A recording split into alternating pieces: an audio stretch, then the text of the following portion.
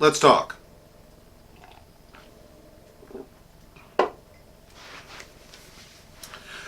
So you're going to have to forgive me because we're going to do something a little different today.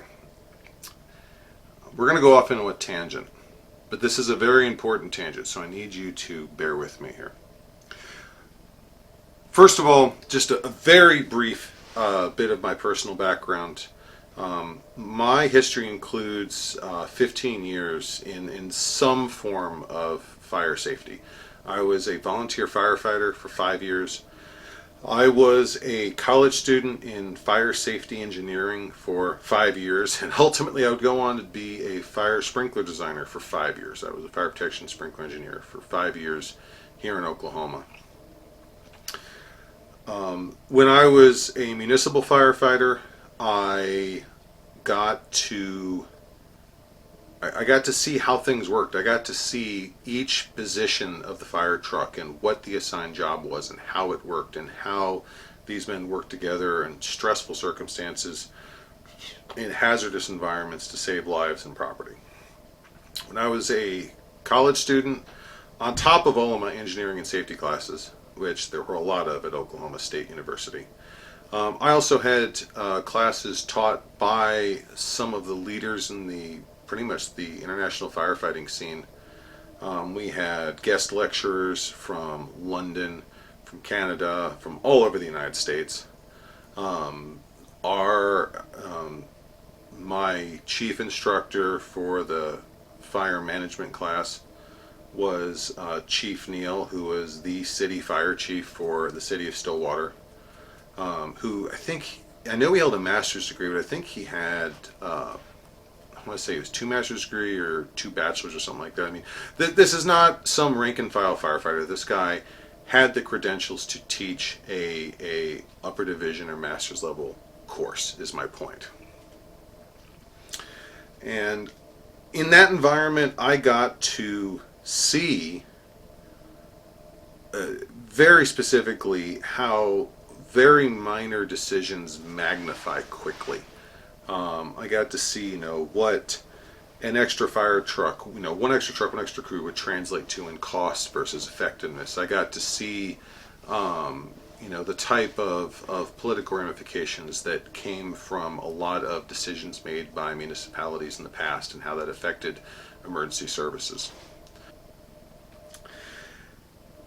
Now, all of that, which I admit has nothing to do with the SCA, but bear with me. Let me ask you a question. How many men does it take to run a fire truck? And more specifically, because I know some of you who are in emergency services are screaming right now going, it's not a fire truck. And you're right, it's not. A fire engine, or more specifically an engine, or in the non-emergency services parlance, a pumper. How many men should be on a pumper when it rolls out the door? You would be surprised at how hard it is to nail that number down. And you would be surprised at some of the forces that work against each other trying to settle on that number. There are the obvious constraints. If you have too few men on an apparatus, you run the risk of them not being able to do their job. You run the risk of them either getting themselves hurt or not being able to rescue a member of the public who's in danger. Now, if you have too many, it kind of run into the issue of a lot of monetary issues. It's, and also in the professional fire department, that 8 guys, and a lot of fire trucks have 8 seats, so that's not an unreasonable scenario. 8 guys, you're talking about a lot of money. As a matter of fact, the cost of maintaining a 4-man engine crew, 365, 24/7, 365. Right now, with the average pay for a professional firefighter, based on an East Coast pay grade, would cost more than the fire truck. Yeah, these are $750,000 pieces of equipment. That's without all the bells and whistles and the tools on them. It cost more to keep 4 people staffed on that thing in a year, every hour of every day of the year than buying the truck in the first place. That is how fast this question magnifies. And this question is also overtly political. And hear me out, because this is actually really important. The fire department never makes money. Doesn't matter how many fees the fire marshal assesses out. The fire department is always going to be an expense on the municipal budget. The fewest people possible that they can put on that apparatus is what a lot of city planners and management and budgetary officials are going to shoot for. And like I just said, 4 men on one truck, one piece of equipment, 4 men, 24/7, 365, is almost $1 million. The city of New York, FDNY, has 198 engines. So right off the bat, just the crew, you're looking at a larger budget than some smaller municipalities have for their entire public works branch. So it's a huge question. On the other end of this is where it gets really interesting, though. The majority of professional firefighters in the United States are represented by the Firefighters Union, the International Association of Firefighters, IAFF. And if you look at the logo for the IAFF, their arms, if you were, it says right on there, affiliated with AFL-CIO. They are a union, they are a mainstream affiliated union, and they are a politically active union. And for a lot of elected officials, the last thing they want is a union putting political money into the local elections. And every time, suppose you have a city, like City of Richmond has 22 engines, 22 pieces of apparatus in it. And if you were to say the crew there would go from 3 to 4, so you have 3 shifts, so you have 20, 40, so you just added 60 new people. That's 60 new union members, 60 new union members worth of dues going into the local firefighters union, which bolsters their public image, that creates a stronger union base, that creates more support for the union. And yes, I know dues can't be used directly for public or directly for political campaigns, but we do know that as unions raise profiles, these guys can, that increases their ability to raise money, that increases their profile, that increases their ability to argue for what they need and what they want for the firefighters. And a lot of times that's at direct odds with what the city's willing to fork out money for. And I'm not even taking sides on this. I am honestly giving a neutral appraisal of the two sides on this. And sometimes the city wants the number trimmed down a lot. Sometimes the city will say 2 people.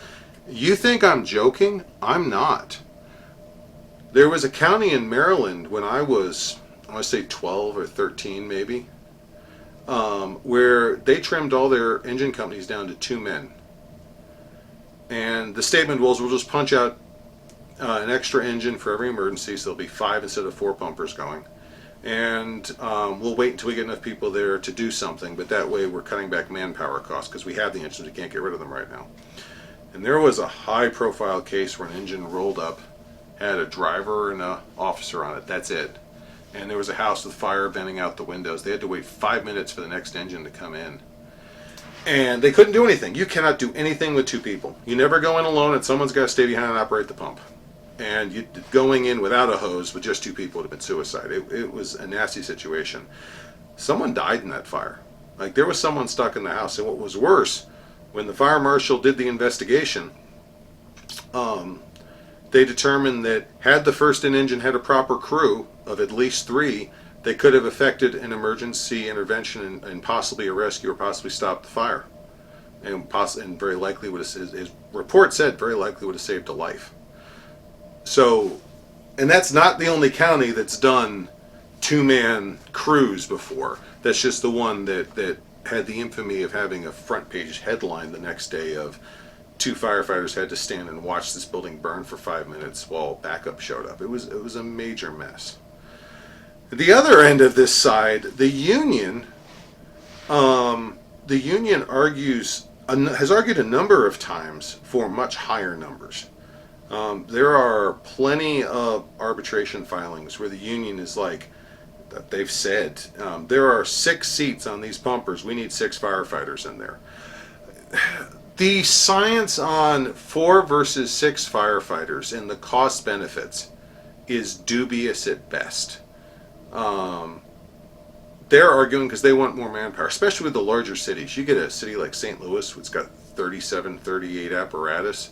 If you got 6 people on every apparatus, times 3 crews, I mean, that's a huge bump in local union membership, and the union knew it. There was nothing ingenuous about that. There was nothing genuine about this. They were arguing to try and bolster their numbers. So, like I said, the question of numbers is inherently political with the fire service. Whether it's the city trying to watch its budget, because Lord knows we know no one is going to get elected on the promise of we've got to raise taxes. It's a deal stopper for so many election years, and no local clerk, no city official, no mayor is likely to survive when he says we're going to raise taxes because the fire department needs it. People don't hear the fire department needs it. They're going to hear more taxes. And so you can't raise money. You only have so much money, so you got to cut manpower. Union turns around and says, we need more manpower. And a lot of the union, they realize that for every man they put in there, it's another union member, it's more dues. Yes, this is an inherently political question. Now, one of the things I learned when I was in school was about a number of movers and shakers in the 80s and into the 90s who tried to transcend that question and get back to functionality on it. They tried to come up with a working answer. And 2 of them, one of whom I actually got a chance to see lecture. First one is Alan Brunacini, who is, I think he was out of Phoenix.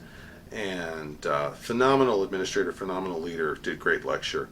And then, of course, there was Dennis Compton, who teaches fire service management and is a frequent guest speaker at a number of fire service related, chief and lieutenant officer related training programs. And one of the things they helped do is they helped to try and lay down a framework for, okay, how do we actually answer this question where we don't let the fact there's a city budget and we don't let the fact there's a politically motivated union arguing on both sides of this? How do we get down to science? And they asked the questions of, what does the engine need to do? What is its job? And that's not as simple as you'd think. And let me give you a quick interesting side note on that. Go find a picture of the New York City Fire Department doing a vehicle extrication. With the jaws of life? Go find a picture of their firefighters doing that. You won't be able to. They don't. New York City Fire Department doesn't do vehicle extrication. When the Abacus and the jaws of life tools first came out, for 100 different reasons, they said, nope, we're not touching it. Guess who does that? New York City Police. They've got their own response vehicles. They roll in, the fire department does fire suppression, the ambulances do transport, extrications handled by the police. In New York City, it was decided that the mission of the fire truck did not include vehicle extrication. Now, they're kind of a one-off. Most municipalities do vehicle extrication with their fire service. But again, you got to ask the question, what does your vehicle do? And they started with that. They said, okay, what do we want this fire truck to do? Do we want to do vehicle rescue? Do we want to do structure fire? Do we want to do brush fire? Like, that's big in California. A lot of their apparatus have a secondary capability to attack grass and brush fire. Do we need to do EMS intervention? Do we have to carry an advanced first aid kit on there? Do we need to carry IV? Do we need to have one of our staff trained as an EMT? You know, go through the whole list, set this up, and then ask yourself, how many people do we need to do this job? And then, how many people do we need to do the job again in an hour? Because again, that's reflective of the emergency services scenario where as soon as you're done with the emergency, you have to be able to go and do another emergency and not be so burned out from the first one that you can't do the second one without hurting someone or hurting yourself. And that set of questions is the framework which helped kind of, I don't want to say it settled the argument, but there's kind of a consensus that you can pull off an emergency response with 3 people on a pumper, and 4 is kind of the ideal between what a pumper carries and what cities have in the United States, you know, what type of resources they have and water supply and the equipment available to firefighters. 4 is kind of the sweet spot. Some fire departments run 5. Volunteers are a different animal, but sometimes you can fill every seat on a pumper. And I know for a fact a Pierce dash cab will fit 1, 2, 3, 4, 5, 6, 7, 8. You can get 10 people on that pumper. I've run those calls. They're fun. Mad, but fun. Now, okay, what in the heck does all this have to do with the SCA? I promised I'd get there, and I'm there now. One of the questions that we ask a lot here is, what does it take to to tell if a group is healthy? What level of activity, what numbers do you look for to say a group is doing well? And I'll be honest with you, I don't like a lot of the answers I hear. And there's a couple of reasons why. It's not that I think any of them are wrong, but let me start off by giving a few of the answers. I've seen people ask, how many active members do you currently have?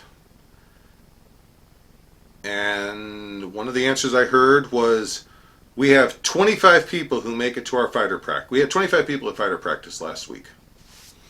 Which, okay, I mean, first of all, a 25-person fighter practice is freaking amazing. I'm not taking anything away from that. But do we really want to tent stake group health? Do we want to use a fighter practice has the yardstick to measure group health? Do we really want to do that? I've heard another statement, pretty much the same question of how many active members do you have? And someone said, well, we've had at least 14 people at Populous meeting every month for the last 6 months. And again, don't get me wrong, 14 people at a Populous meeting, that's solid. That's if you get 14 people to show up monthly, I mean, odds are really good. These are people who are going to be there when you need something done. So 14 people, that's excellent. And I'm not taking anything away from that. But again, do we want to universally anchor the question of group health to how many people make a meeting? Honestly, that's kind of little better than the fighter practice when you think about it. I've also heard people say, well, how many people do you have as members? Well, okay, that's the next question. How many people are members who aren't active right now? There are a number of people who still have active memberships. Their membership number is current, but here in the Barony, we haven't seen them in 6 months. I'm not saying they're sloughing us off. I'm not saying there's not a good reason, but a number on a piece of paper that's all we have of them right now. Does that really help us function as a barony? Like, seriously. I've heard some really detailed questions of, well, okay, how many people are showing up to each of your activities, and what's the average number of that across 6 months? Which, that at least, I kind of like that idea because it approaches it statistically. It prevents you from picking a high point and saying this indicates health, and it keeps a low point from black marking you. But still, that's kind of a weird way to go about it. And I don't know about any other group, but we don't keep roll calls for a lot of our activities. I can't tell you how many people made it to the last ANS meeting we had or the last Scrabble meeting we had. I can give you a guesstimate, but was it 12 or was it 15? Those are two different numbers. And when you're talking about anything below 20 or below 30, 12 to 15, that's a not small chunk. I couldn't tell you. So, oh, and let's be fair. This is also an overtly political question as well. I know it's functional. I'm not taking away from the function. It's a perfectly valid and logical question to ask. It's an important question to ask. It's also political. Make no mistake about that.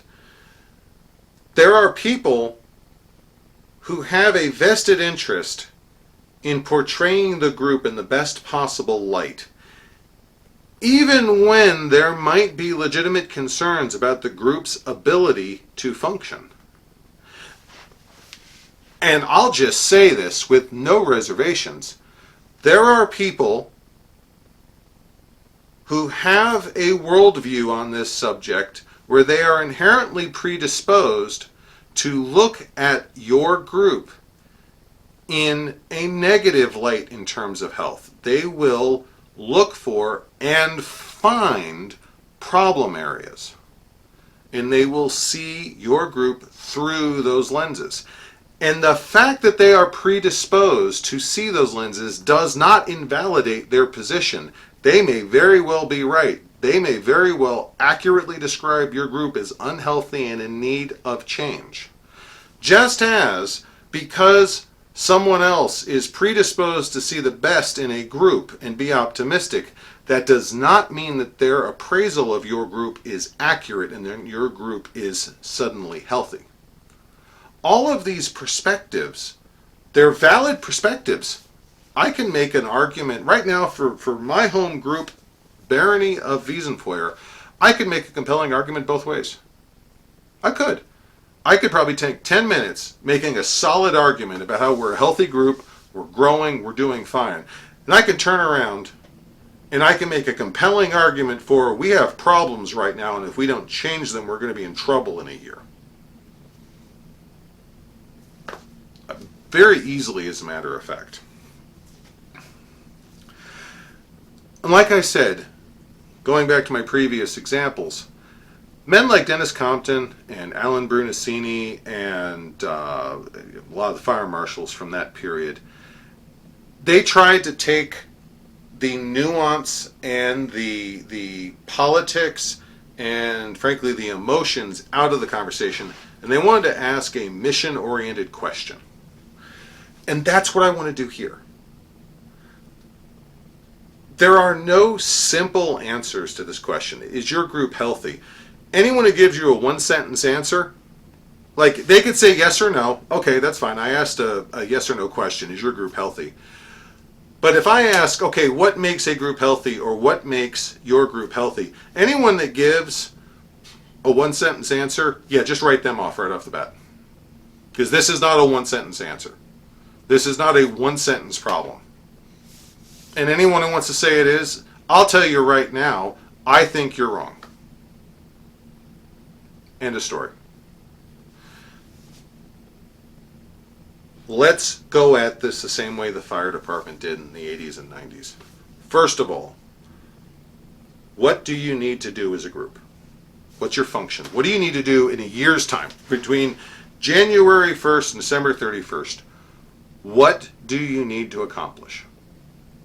So let's go down the list. You need to have 12 populist meetings. Now, just examples. You need to have 12 populist meetings. You need to have 12 arts and sciences meetings.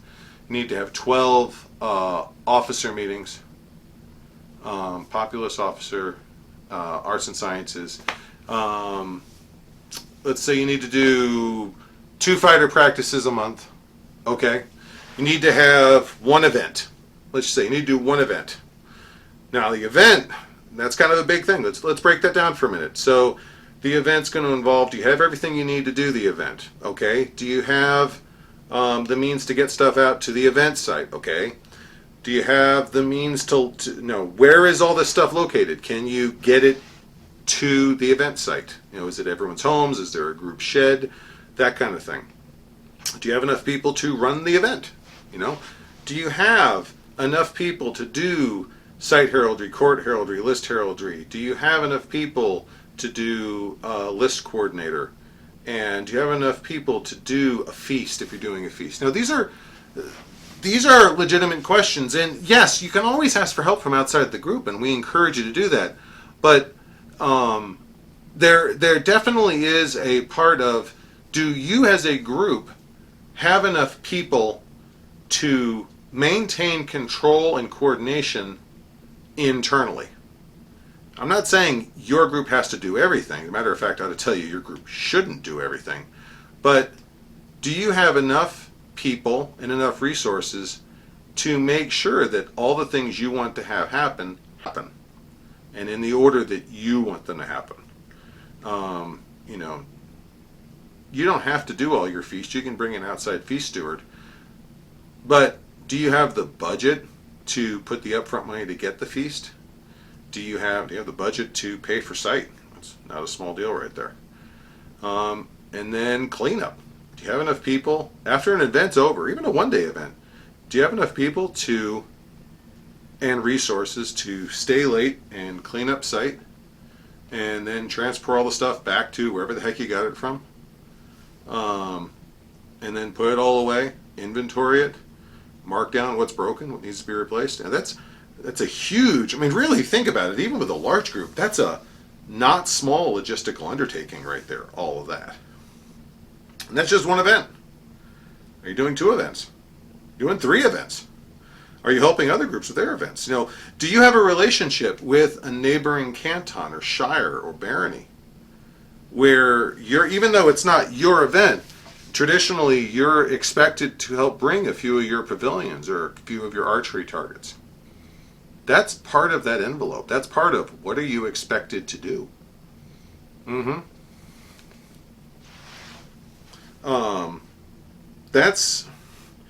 The list gets long after a while. And that's just the short list. If we got down to nitty gritty, oh dear God, we could be at this for hours.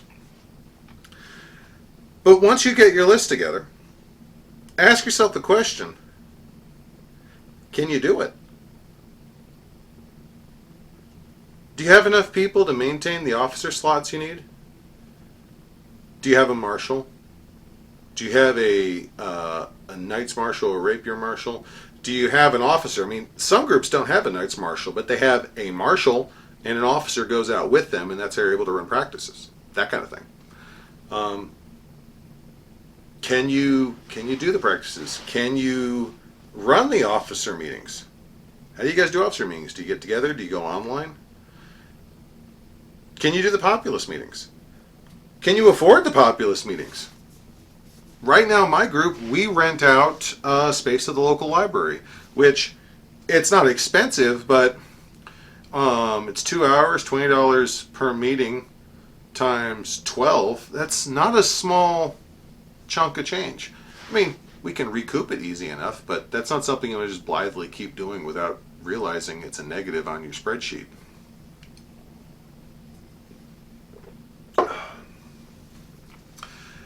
Last but not least, can you do it again? And that speaks, in this case, to sustainability. I think any group, no matter how tough a strait they're in, any group can slug along for 12 months. I've seen it happen. But I'm here to tell you, when that 13th month rolls around and you're looking at another calendar year, and you realize you got to do this all over again, that's when the things that are unsustainable really start to catch up with you. Like, it's one thing to say the seneschal will do the newsletter until whenever. That second year rolls around and they realize, man, there's 12 more months of this, and this is a lot of extra work on top of I got a day job. Ooh, that'll burn you out. That'll burn you out. If you're not ready for it, that'll burn you out.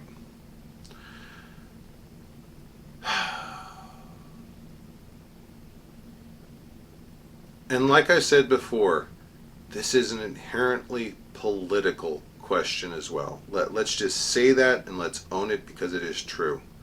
For the baronies out there, your group health, how it is perceived, how it is defined, that will affect officers, officer selection, how your officers are supported and interacted with. That'll select your landed noble selection. That will almost certainly be part of a conversation had by the crown as they are looking at applicants for the next landed nobles. It's not the only thing, of course, but how they see your group, whether your group is healthy or not, it's absolutely a factor in that conversation. And a lot of the crowns, they're probably not going to know your group that well. They're going to trust. They're going to go to their council, and whoever their advisors are, and they're going to ask them, what do you know about this group? Are they healthy? How do they work well together and all that? And then you're really kind of dependent on their perspective of your group. And are they using the same definition you are when they say this? Because like I said, I can argue my home group from both sides. Now, I personally actually happen to think we're very healthy, but that doesn't mean I can't do an honest God debate where I can argue both sides of that line. We need to get away from the question, the one-line question. How many active people do we have? How many active members do you have? Oh, we have 25 people at our fighter practice. Full stop. No, that's not an answer. I'll tell you right now. And anyone who tells me, oh, we have 25 people at our group, full stop, I'm going to be like, and? You have 25 fighters. That's not a healthy group. And anyone who says, oh, we've had 14 people at every populace meeting for the last 6 months. Okay, and? Because 14 people going to a populace meeting is not a healthy group. Let's look at some of the weak points we traditionally see. How many people showed up to the last baronial workday? How many people showed up shed inventory day? That's fairly common. We all, a bunch of us show up. We unload the shed, we inventory everything, we see what's broken, we see it needs to be replaced, we trash the stuff that doesn't need to be there, we fix the stuff we can, just general stuff. We all show up early, we work on it, hopefully we're done before it gets hot because it's usually done in June or July or August. At least that's the way we do it up here. How many people showed up to that? If I got a 40-person barony and 2 people showed up, I don't care how many people showed up to populace meeting or fighter practice. This is something that has to be done. And 2 people showed up.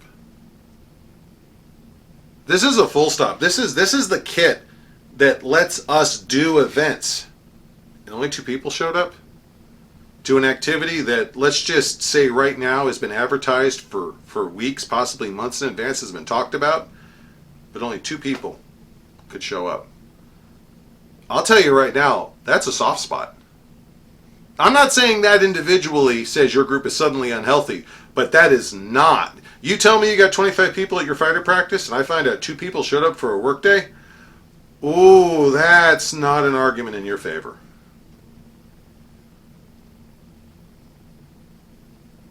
How about trailer loadout? Getting ready for an event. Like we said, you got to do an event. A lot of groups have a group trailer or someone's private trailer they use. How many people showed up to help load that up? How many? 3? 4? Yeah, I've been there, guys. I've been there. And here's the problem with 4. People are like, oh, 4 people can do it. Yeah, they can. How many of them are really fit to do anything the next day? I've been to those loadouts. I've seen it where it's just 4 of us. Next day, I'm toast. Pulled muscle in the shoulder, bad elbow, back hurts. Yeah, all the stuff I normally would do on a Saturday, I'm not doing anymore because I'm going to help with this loadout because it's got to be done. Uh-uh. 4, and you've got 14 people showing up to a populist meeting. But only 4 could make it to a shed loadout that everyone knew was coming weeks in advance. We have a problem here. That's a problem. And you could make all the arguments you want, but if 2 of those 4 people are now burned out and can't really do anything for the rest of the weekend because they worked themselves too hard loading the trailer, that's not sustainable. That's not sustainable. You've now taken them out of the equation for the event. They're probably going to sit around and soak up ibuprofen now to keep their muscles from really hurting. And they can't help during the event. And frankly, they may not want to show up next time there's a loadout, or they may not help with unload. How about after event cleanup? How many people stayed after your last event to clean up? Oh, it was only 6? You had a 150-person event, camping. And only 6 people stayed after gate closed? Or after site closed? And only 6 people stayed to sweep all the floors, to take down the pavilions, to load them, to take out all the trash, to do the final walk. Only 6? I don't care how big your fighter practice and populace combined are. That's not sustainable. That's like you do that 2 years in a row, and you're going to have people who are grinding their teeth. They're like, I'm not doing this anymore. I'm not staying late to be one of 6. I'm going to go home and get some rest. This is ridiculous. I'm already exhausted.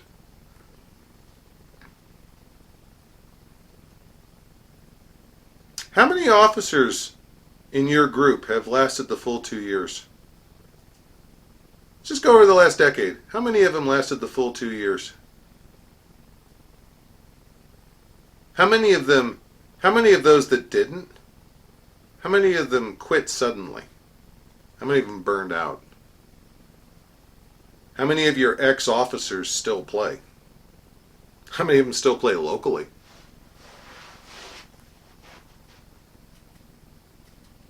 If it's not a lot, you got a problem, because that's not sustainable. If you have a 1 in 4 chance of each of your officers not finishing their term, and that's a real number from a group, by the way, you're going to look at the numbers. You're going to bleed through your group. You're going to run out of people. I don't care how fast you're bringing them in. And if half or a quarter of those quit early and crater out, that's higher turnover.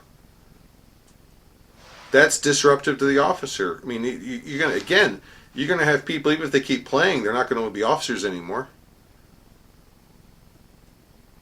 How many people, the last time there was an officer opening? Remember that? How long did that office sit open before an applicant put in? Now there's always a lead time. There's always a lead time, but how many officer openings stood open for more than a month? Now we all have 1 or 2. These employers had a couple offices that stayed open for a while, but how many in the last 2 years stayed open for more than a month? Now granted, everything's got a reason. I'm not trying to, again, say this one thing is a death nail, but you have a history of offices staying open for 2 or 3 months. Why is that? Are you having to track people down and ask them to apply? Is that healthy? I'm not saying it's the final deciding factor, but is that the sign? Is that a sign of a healthy group?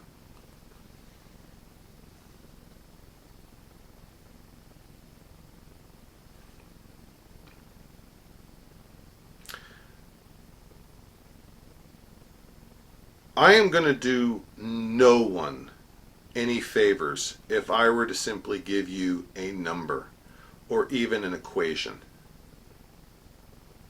Because the SCA isn't a numbers game, and this isn't a math equation. If this, of all things, were a math equation, the question about firefighters and minimum manning on apparatus would have been solved back in the 70s. But it's not. This is a human equation. And it includes variables for things like stress, anxiety, and mental health. It includes variables for things like man hours, time. It includes variables for things like physical health and ability. It factors in the question of the average age of the group. How many young and old players? It measures activity levels at every different activity and event, and it gives a weighted answer to each one. The answer here puts prestige in a corner and says, yes, this is important, but it is not the only thing. And it brings out your weakest moments and scrutinizes them and says, whether or not you like this, this is a factor that you must consider. The answer here is immeasurably complex, and it can be very unpleasant. But at the end of the day, if your group's not healthy, it doesn't matter what equation you use. It doesn't matter what numbers you put up. It doesn't matter what your opinion is. If your group's not healthy, just a matter of time before players stop playing. And then your opinion's worthless, because they're not going to come back for your opinion.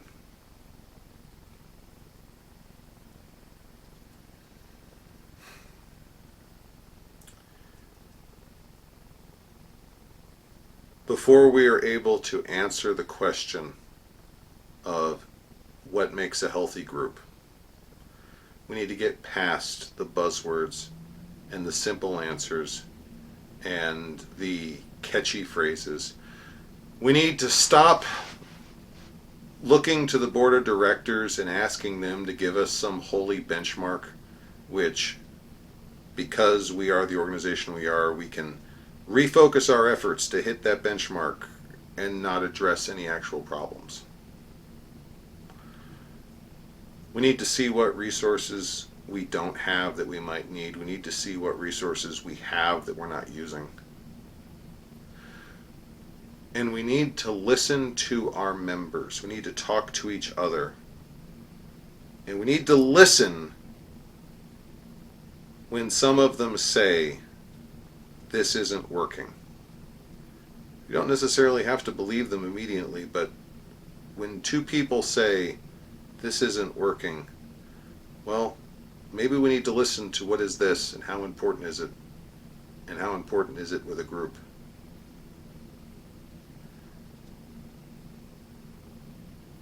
And what we need to do most of all is we need to decide, each and every group individually, what is it that we are here to do? And we need to agree on that. We need to establish those benchmarks so that we can decide, can we do it? And can we keep doing it the year after this, and the year after that, and the year after that? Is it sustainable? It's a big conversation. It's a huge conversation. And it's different. It's different for all of us. Atlantia, Onsteora, Atenvelt, Trimaris, Eldemir, all of you guys, different cultures, different expectations, different traditions, different balances of people and responsibilities. The answer for Onsteora is not going to look anything like the answer for Callantyr. And the answer for Callantyr is not going to look anything like the answer for Eldemir. We're all different.